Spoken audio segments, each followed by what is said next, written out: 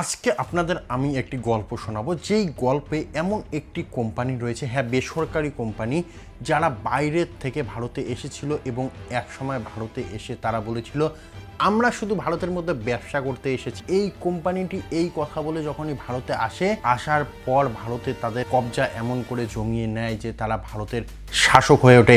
হ্যাঁ সত্যি শুনছেন, রাজা নয়, সরকার নয়, তারা এই দেশের শাসক হয়ে ওঠে এবং দাস হয় সাধারণ মানুষ, অর্থাৎ সাধারণ ভারতবাসী। সেই কোম্পানির কথা বলবো যারা 101 বছর ধরে ভারতের মানুষের উপর অত্যাচার করেছিল। ভারতের মানুষকে তারা মানুষ ভাবেনি, তারা ভারতের মানুষকে ইউজ করে গেছে এবং ভারতের মধ্যে থেকে ভারতকে শোষণ করেছে। হ্যাঁ ঠিকই শুনছেন, ভারতকে শোষণ করেছে, শাসন করেছে। এবং এই কোম্পানি আর কোনো কোম্পানি নয়, যে ইংরেজদের আনা কোম্পানি, অর্থাৎ ইস্ট ইন্ডিয়া কোম্পানি। এই ইস্ট ইন্ডিয়া কোম্পানি ভারতে আসে, ভারতের উপর শাসন চালায়। এই কোম্পানিটিকে 1600 সনে ইংল্যান্ডের রানী এলিজাবেথ, অর্থাৎ প্রথম এলিজাবেথ অনুমোদন দেয় ভারতে ব্যবসা করার জন্য। তারা সবার প্রথমে ভারতে আসে মশলা কেনার জন্য এবং তার সঙ্গে সঙ্গে ব্যবসা করতে। তারা যখন ভারতে ঢোকে তারা কিন্তু বলে যে আমরা শুধু মশলা কিনবো এবং তার সঙ্গে সঙ্গে ভারতের মধ্যে ব্যবসা করব। এই কথা বলে তারা ভারতের মধ্যে আসে এবং ভারতে এসে ব্যবসা করে এবং 1608 সনে তাদের প্রথম জাহাজ ঢোকে সুরাতে। এবং এর কিছু বছর পর থমাস রো নামের একজন ইংরেজ, যিনি মুঘল সম্রাট জাহাঙ্গীরের কাছে যান এবং ব্যবসার অনুমতি নিয়ে সুরাতের মধ্যে সবার প্রথম ইস্ট ইন্ডিয়া কোম্পানির প্রথম ঘাঁটি তৈরি করে। এতদূর পর্যন্ত সবকিছু ঠিকই ছিল, কোনো রকমের কোনো সমস্যা ছিল না। তারা নিজেদের মতো করে ব্যবসা করছিল, মশলা কিনছিল ভারতের কাছ থেকে। তবে এই যে তাদের সুন্দর মনোভাব এবং সুন্দর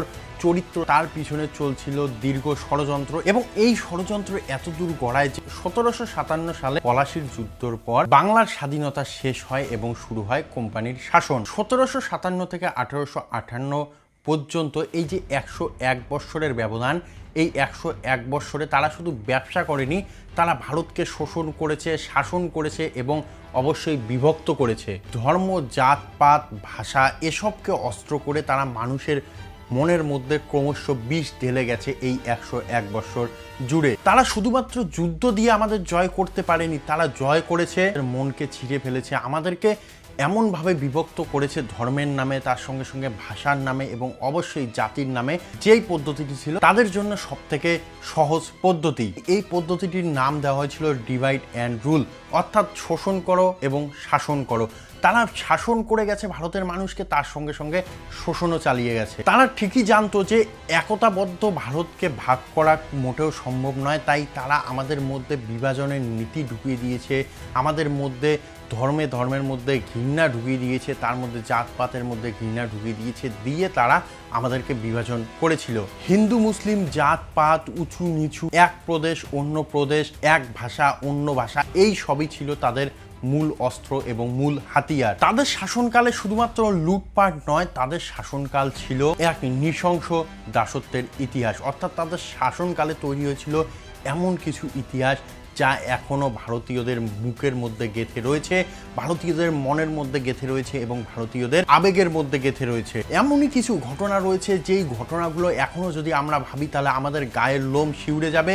1770 সনের একটি ঘটনা, যখন দুর্ভিক্ষের কবলে পড়ে প্রায় 1 কোটি মানুষ মারা যায়, এই সময়ও কিন্তু কোম্পানি তাদের কর আদায় বন্ধ করেনি। এমনও একটি ঘটনা রয়েছে যেইখানে মা তার হাড্ডিসার শিশুকে কবর দিচ্ছিল, তার এক হাতে তার হাড্ডিসার শিশু ছিল, অর্থাৎ যে শিশুর গায়ের মধ্যে কোনো কিচ্ছু ছিল না, দুর্ভিক্ষের কারণে সেই শিশু মারা গেছে, তাকে কবর দেওয়া অবস্থায় তার এক হাতে তার শিশুর মরা দেহ ছিল এবং অন্য হাতে ছিল এই ইংরেজদের বা ইংরেজ কোম্পানির কর আদায়ের চিঠি। তার সঙ্গে সঙ্গে আরও অনেক অত্যাচার ছিল, যেমন কাঙ্ক্ষিত শাড়ি না বুনতে পাওয়ায় তাঁতিদের হাত কেটে দেওয়া হতো ইংরেজ কোম্পানির দ্বারা। অর্থাৎ ইংরেজরা ইংল্যান্ড থেকে যে কাপড় নিয়ে আসতো সেই কাপড়ের প্রতিদ্বন্দ্বিতা করতো আমাদের দেশি যে তাঁতি ছিল তারা, সেই জন্য তাদের হাত কেটে দেওয়া হতো। বিভিন্ন রকমের অপবাদ দিয়ে তাদের হাত পর্যন্ত কেটে দেওয়া হয়েছিল যাতে তারা ইংল্যান্ডের কাপড়ের সঙ্গে টেক্কা দিতে না পারে। এমনকি গ্রামের পর গ্রাম, শহরের পর শহরে আগুন লাগিয়ে দিয়ে বা ধর্মের নামে ভেদাভেদ সৃষ্টি করে দিয়ে বা যুদ্ধ সৃষ্টি করে দিয়ে শহরের পর শহর, গ্রামের পর গ্রাম ধ্বংস করে দেওয়া হতো এবং সেই আগুনে পুড়ে মরতো আমাদের ভারতীয়। শুধু তারা ভাতে, কাপড়ে বা মেরে বা জ্বালিয়ে দিয়েই কিন্তু সবকিছু শেষ করে দেয়নি। তারা চেয়েছিল ইংরেজদের শিক্ষা নিয়ে আসতে, তবে তাদের যে পুঁথিগত শিক্ষা রয়েছে সেই শিক্ষা নয়, তাদের সাজানো শিক্ষা। যেই শিক্ষা যারা গ্রহণ করবে তারা নিজের জাতিকে দেখতে পারবে না, নিজের জাতির প্রতি ঘৃণা সৃষ্টি হবে এবং ইংরেজদের প্রতি অনুগত হয়ে উঠবে। এই রকম শিক্ষা ব্যবস্থা তারা দেশ জুড়ে নিয়ে এসেছিল এবং তারা এই শিক্ষানীতি নিয়ে আসার পর তারা বলেছিল যে আমরা এমন একদল মানুষ চাই যারা রঙে ভারতীয় কিন্তু চিন্তায় হবে ইংরেজ। এইভাবেই কিন্তু তারা শিক্ষার মাধ্যমে মানুষের মন মানসিকতাকে চেঞ্জ করে দিত এবং তাদের মস্তিষ্কের উপর পূর্ণাঙ্গ কন্ট্রোল নিয়ে আসার চেষ্টা করেছিল। তারা আইন, সভ্যতা এবং গণতন্ত্রের মুখোশ পড়েছিল, কিন্তু তাদের মনের ভিতর ছিল এক কুৎসিত ষড়যন্ত্র এবং এই ষড়যন্ত্রের ফাঁদে পড়েছিল হিন্দু, মুসলিম, শিখ, ইসাই সবাই, এবং প্রত্যেকটি ভারতীয় এই ষড়যন্ত্রের শিকার হয়েছিল এবং তাদের অত্যাচারেরও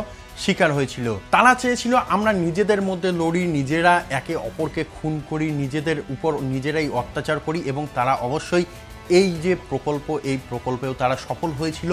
ভারতের প্রত্যেকটি জাতির মানুষ একে অপরকে ঘৃণা করতে শুরু করে, তারা উঁচু নিচু জাতভেদ তৈরি করা শুরু করে এবং তারা প্রত্যেকের বিরোধী হয়ে যায় এবং তারা ভুলে যায় যে ইংরেজরা আমাদেরকে শাসন করছে, তারা ভুলে যায় যে ইংরেজরা আমাদেরকে অত্যাচার করছে। তারা মেনে নেয় যে আমার শত্রু এই মুসলিমগুলো, এই হিন্দুগুলো বা এই শিখ বা এই নিচু জাতের বা এই উঁচু জাতের লোকগুলো, এবং তারা এই নিয়ে প্রতিনিয়ত যুদ্ধ করতে থাকে, তারা এই নিয়ে তাদের জীবনযাপন করতে থাকে এবং ভুলে যায় ইংরেজদের অত্যাচারের কথা এবং ইংরেজদেরকে মাথায় তুলে রাখে, কারণ তারা সভ্যতার মুখোশ পরেছিল, সভ্যতার মুখোশ পরিধান করেছিল। কিন্তু 1947 সনে তাদের মুখোশ টেনে খুলে নেওয়া হয় এবং তারা এই দেশ থেকে বিতাড়িত হয়। তবে এই 1947-এ তারা যখন এই দেশ ছেড়ে বিতাড়িত হয়, তারা আমাদের জন্য খুব সুন্দর একটি দেশ রেখে যায়নি, তারা রেখে গিয়েছিল একটি রক্তাক্ত দেশ। তার সঙ্গে সঙ্গে 2 কোটির উপরে মানুষ বাস্তুচ্যুত, 10 লাখের বেশি মানুষ নিহত। এই যে মরণ মারণ খেলা, এই মরণ মারণ খেলায়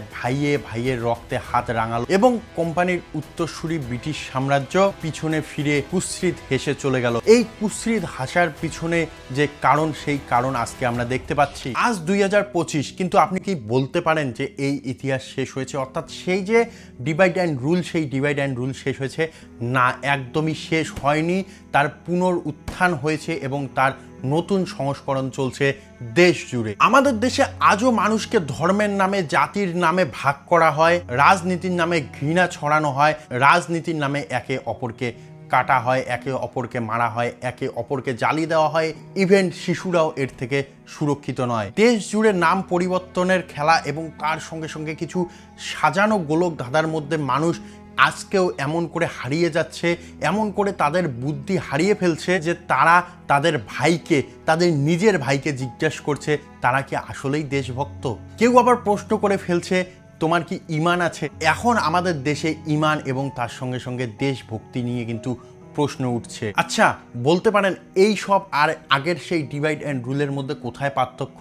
আমি তো কোথাও পার্থক্য খুঁজে পাচ্ছি না। সেই ডিভাইড অ্যান্ড রুলে ইংরেজরা শেষ হাসি হেসেছিল, কারণ জানে যে ভারতের মানুষ এবং ভারতের কিছু রাজনৈতিক নেতা এমন সৃষ্টি হবে যারা ভারতের মানুষকে এই ডিভাইড অ্যান্ড রুলের মাধ্যমে আবার ভাগ করবে, আবার নিজেদের মধ্যে লড়াবে এবং আবার রক্তপাত হবে ভারতের মধ্যে। এবং তারা অবশ্যই সেটি এসি ঘরের মধ্যে বসে পায়ের উপর পা তুলে টিভিতে দেখে অবশ্যই আজও খুশি হবে যে আমাদের সেই ডিভাইড অ্যান্ড রুল এখনো ভারতের মধ্যে চলছে এবং ভারতের মানুষ এখনো এই ডিভাইড অ্যান্ড রুল নিয়ে, ডিভাইড অ্যান্ড রুলের ভিত্তিতে বা ডিভাইড অ্যান্ড রুলের ফাঁদে পড়ে এখনো একে অপরকে হত্যা করছে। অনেকে হয়তো জানেন না, আজকে যে নেতার জন্য, আজকে যেই নেতাগুলির জন্য আমরা একে অপরকে খুন করছি, একে অপরের সম্পর্কে কুরুচিকর মন্তব্য করছি, একজন অপরজনকে দেখতে পাচ্ছি না, এই সবের মূলে শুধুমাত্র ইংরেজরা ছিল না, সেদিনও ছিল সেই স্বার্থান্বেষী জননেতা যাদের হাত ধরেই ইংরেজরা এই ডিভাইড অ্যান্ড রুলকে কামিয়াব করেছিল